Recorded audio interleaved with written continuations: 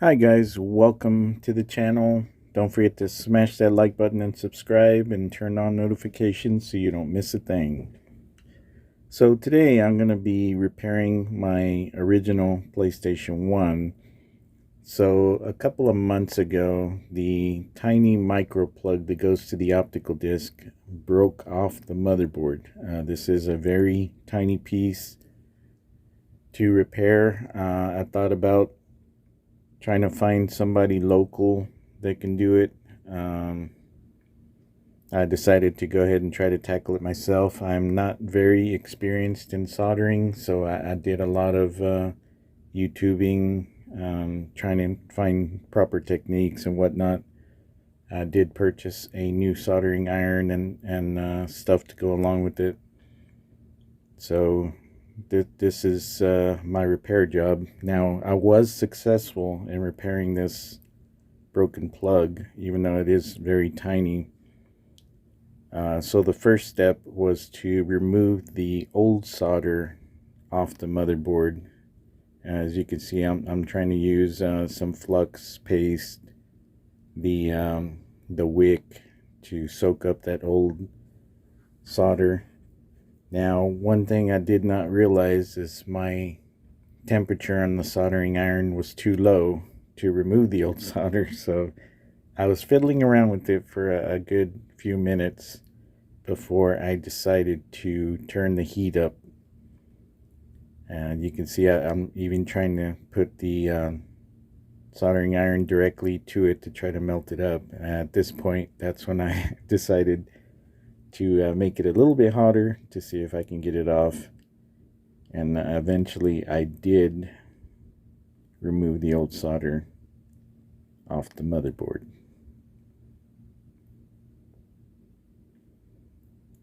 This does take a little bit of time. Like I said, I am new to this. I've never used flux paste or the wick before. All the research I did, these were the techniques that they used, so I thought I'd give it a shot, and yeah, it does work. I was extremely happy that I was able to clean up the old solder on the motherboard.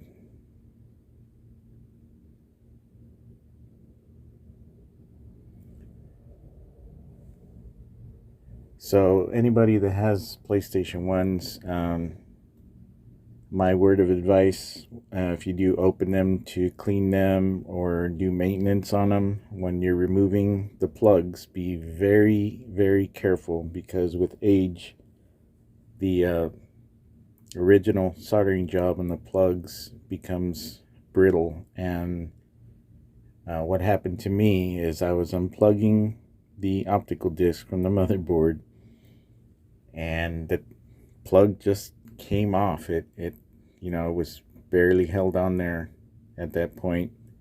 I was very disappointed that I did that. I should have took more care when removing the plug. So that's my recommendation to anybody who services, or even amateurs like myself who just want to open it and clean it.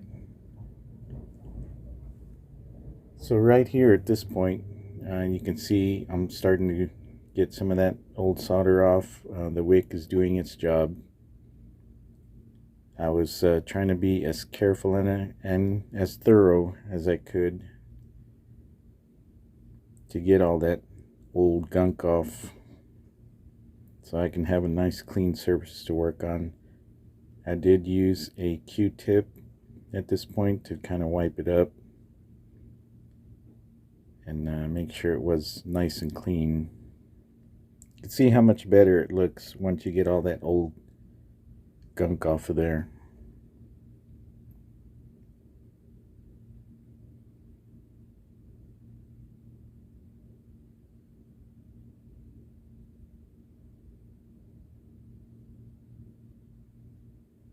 Yeah, look, it's not 100% perfectly clean, but it looks pretty good to me. So now, at this point, I have the tiny micro plug in place exactly where I want it. Sorry about the shaky video. I was working in a very small space and I kept bumping into my camera mount. So all I did was hold it down with my finger when I was doing the little connection on one side, just so I can get it tacked down and into place. The little connections are very, very small. I had to use the zoom feature on my phone so I can get a good up close look at what I was doing, because it's just so small. So right here I am applying a little bit more flux on the connections before I try to put solder on there, so I can make sure it's nice and strong.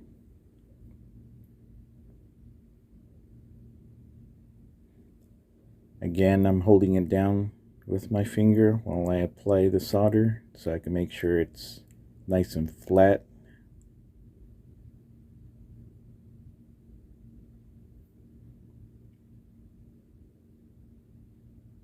And again, I bumped the camera mount.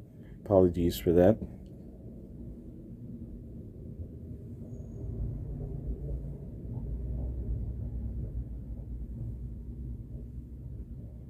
So now what I'm doing, there are 4 tiny pin connections on the front side.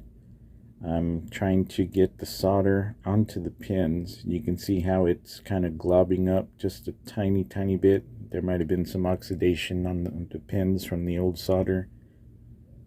So at this point what I'm doing is I'm scraping very tiny strokes on each pin to try to get up some of the glob. And in between I am cleaning the tip of my soldering iron on the wet sponge so I don't have any excess solder on it. And little by little, as you can see, I'm doing forward strokes to try to even out the solder, and so the pins do not connect. Each pin needs to be soldered to the board but not soldered to each other. I believe that would make a cross connection. So right here I did zoom in. I needed a little bit more, a better view on it. So I'm trying to zoom in the camera so I can be able to see just a little bit better.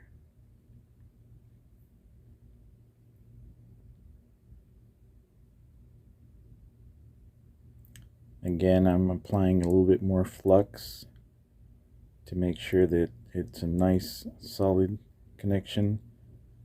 I would have rather used some sort of brush to put that on there, but I was kind of in a hurry and I had some Q-tips available, so I thought I'd try the Q-tips, and they were okay, but I think I would recommend some sort of little brush to apply your flux paste. So now I'm doing the final cleanup here, again scraping the pins to trying to remove some of the oxidation on there and make sure the solder is nice and solid. I noticed right here that those 2 pins had just a little bit too much solder on it. So again, I cleaned my soldering iron on the sponge in between while scraping each pin to try to get up some of that excess solder.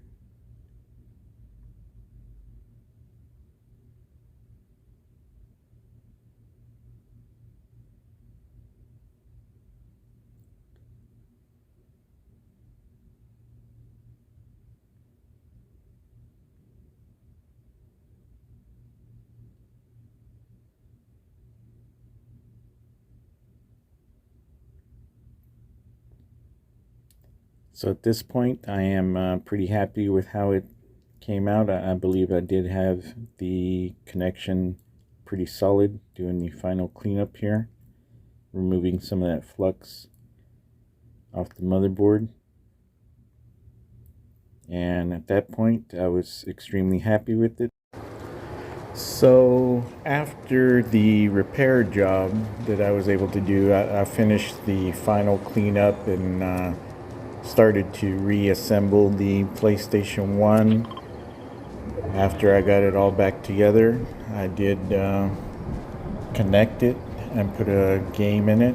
I wanted to verify that the repair was successful, and after I did power it on, it worked like a charm. I was extremely happy that I was able to get that repair done to the PlayStation. It's a really nice system. I want to keep it. I didn't want to have to get rid of it or replace it.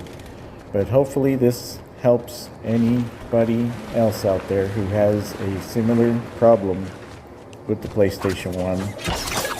And if not, then hopefully the entertainment value is good enough for you guys. But anyways, that's it for now. Just wanted to show you guys the process that I went through to do the repair on that PlayStation. As always, thanks for watching. If you're new to the channel, subscribe, like the video, help support me. So again, thank you. Time to find another game to play.